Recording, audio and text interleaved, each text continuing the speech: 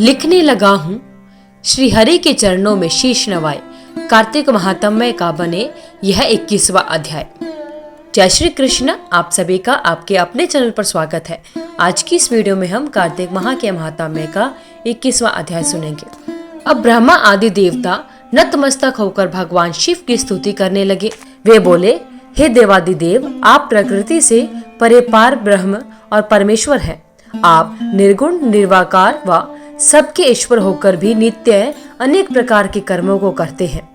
हे प्रभु, ब्रह्मा आदि समस्त देवता आपके दास हैं। हे शंकर जी, हे देवेश, आप प्रसन्न होकर हमारी रक्षा कीजिए। हे शिव जी, हम आपकी प्रजा हैं तथा हम सदैव आपकी शरण में रहते हैं। नारद जी राजा पृथु से बोले, जब इस प्रकार ब्रह्मा समस्त देवताओं एवं मुनियों ने भगवान शंकर जी की अनेक प्रकार से स्तुति की और चरण कमलों ध्यान किया, तब भगवान शिव और देवताओं को वरदान देकर वही अंतर्ध्यान हो गए। उसके बाद भगवान शिव का यशोगान करते हुए सभी देवता प्रसन्न होकर अपने अपने लोक को चले गए। भगवान शंकर के साथ सागर पुत्र जलंधर का युद्ध चरित्र पुण्य प्रदान करने वाला तथा समस्त पापों को नष्ट करने वाला है। यह सभी सुखदायक और भगवान शिव को भी आनंददायक है। इन दोनों आख्यानों को पढ़ने एवं सुनने वाला सुखों को भोगकर अंत में अमर पद को प्राप्त करता है। तो भक्तजनों, इस प्रकार कार्तिक माह के महात्म्य का 21वां अध्याय संपूर्ण होता है। बार ब्रह्मा जी ने नारद जी को कार्तिक माह के विषय में बताते हुए कहा कि कार्तिक माह भगवान विष्णु जी को सदैव प्रिय है। इस मास में भगवान विष्णु जी का ध्यान करते हुए कोई भी पुण्य कार्य किया जाए तो उसका फल अवश्य मिलता है। सभी योनियों में से मनुष्य योनि को सर्वश्रेष्ठ तथा दुर्लभ कहा गया है।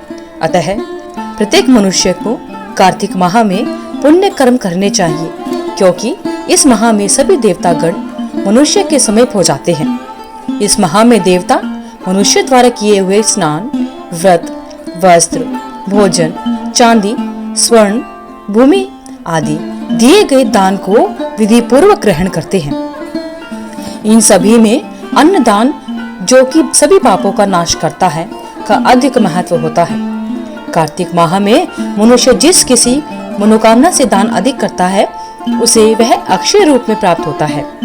यदि कोई मनुष्य दान देने में असमर्थ हो तो उसे कार्तिक मास में प्रतिदिन भगवान के नामों का स्मरण करना चाहिए तथा गंगा जी में स्नान करते हुए कार्तिक माह की कथा पढ़नी और सुननी चाहिए। ऐसा करने से भी मनुष्य पुण्य का भागी बन जाता है। इस माह में भगवान को प्रसन्न करने के लिए किसी भी मंदिर में भजन कीर्तन करना चाहिए, स्वयं दीपदान करना चाहिए अथवा दूसरे के दीपक की रक्षा करनी चाहिए। भगवान का रूप तथा मोक्ष पद प्राप्त करने के लिए तुलसी तथा आंवले के वृक्ष को भगवत स्वरूप मानकर उसका पूजन करना चाहिए। जो मनुष्य कार्तिक माह में जमीन पर सोता है, उसके सभी पाप योगों के लिए नष्ट हो जाते हैं। मनुष्य अरुणोदय काल में जागरण कर गंगा में स्नान कर करोड़ों जन्म के कष्टों को धो डालता है या पापों को धो डालता है। गोविंद गोविंद हरे मुरारे, गोविंद गोविंद मुकुंद कृष्ण, गोविंद गोविंद रथांगपाणे, गोविंद दामोदर माधवेति। कार्तिक माह में प्रतिदिन इस प्रकार भगवान का कीर्तन करना चाहिए। कार्तिक माह में गीता का पठन एवं श्रवण करना आवश्यक होता है। इससे बड़ा कोई पुण्य हो ही नहीं सकता। कार्तिक माह में कहा जाता है कि दीपदान करने से स्त्रियों एवं पुरुषों द्वारा जन्म से लेकर अब तक अर्जित पाप, सभी पाप नष्ट हो जाते हैं। इस विषय में एक प्राचीन कथा बहुत ही महत्वपूर्ण है। प्राचीन काल में द्रविड़ देश में बुद्ध नाम का एक ब्राह्मण निवास करता था। उसकी स्त्री बहुत दुराचारी थी। उसके संग दोष से पति की आयु क्षीण होकर वह मृत्यु को प्राप्त हो गया। पति की मृत्यु के पश्चात भी वह स्त्री उसी घृणित कार्य में लगी रही। लोक निंदा से उसे तनिक भी लज्जा नहीं आती थी। उसका ना तो कोई पुत्र था और ना ही भाई।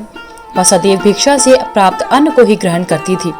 वह अपने हाथ से बनाए हुए शुद्ध भोजन को भी ना खाकर मांगकर लाए गए बासी भोजन को ही करती थी।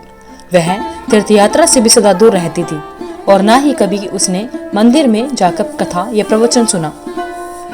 एक दिन कुत्स नामक एक विद्वान ब्राह्मण भ्रमण करते हुए आया उस ब्राह्मणी को निंदित कार्यों में लिप्त देखकर उसने पूछा, ओ मूर्ख स्त्री, तू मेरी बात ध्यान पूर्वक सुन। यह शरीर पानी के बुलबुले की भांति है, एक दिन इसका नष्ट होना निश्चित है। यदि तू इस अनित्य शरीर को नित्य मानती है तो अपने मन में बैठे इस मोह का तू विचार पूर्वक त्याग कर दे। सबसे श्रेष्ठ देवता भगवान विष्णु का चिंतन कर और उन्हीं की लीला कथा को आदर पूर्वक सुन। कार्तिक माह आने पर भगवान दामोदर को प्रसन्न करने के लिए स्नान दान करके दीप दान दे और भगवान विष्णु की परिक्रमा करके उन्हें प्रणाम कर। यह व्रत विधवा और सौभाग्यवती सभी स्त्रियों के करने योग्य है। इससे समस्त पापों एवं उपद्रवों का नाश हो जाता है। तो मेरी बात मानकर निश्चय ही कार्तिक में दीपदान कर, इससे तू निश्चित रूप से भगवान विष्णु की कृपा प्राप्त कर लेगी। इस प्रकार कहकर वह कुत्स ब्राह्मण वहां से चला जाता है। अब ब्राह्मणी ने भी पश्चाताप करते हुए यह निर्णय लिया कि वह कार्तिक माह में व्रत अवश्य करेगी। कार्तिक माह आने पर उसने पूरे माह प्रातः काल सूर्योदय काल में स्नान और दीपदान किया। कुछ समय पश्चात आयु समाप्त होने पर वह मृत्यु को प्राप्त हुई और वह स्वर्गलोक में गई। समय अनुसार वह मुक्ति को भी प्राप्त हो गई। इस प्रकार जो व्यक्ति कार्तिक व्रत में तत्पर होकर दीपदान के इतिहास या कथा का श्रवण करता है और स्वयं भी दीपदान करता है, उससे अवश्य ही मोक्ष की प्राप्ति होती है। अगर आपको वीडियो अच्छी लगी तो वीडियो को लाइक करें, शेयर करें, चैनल को सब्सक्राइब करके बेल आइकन को जरूर प्रेस करें ताकि आगे आने वाले सभी वीडियोस की नोटिफिकेशन आप तक समय से पहुंच रहे। कमेंट बॉक्स में जय श्री कृष्णा लिखना ना भूलें। आपका दिन मंगलमय हो।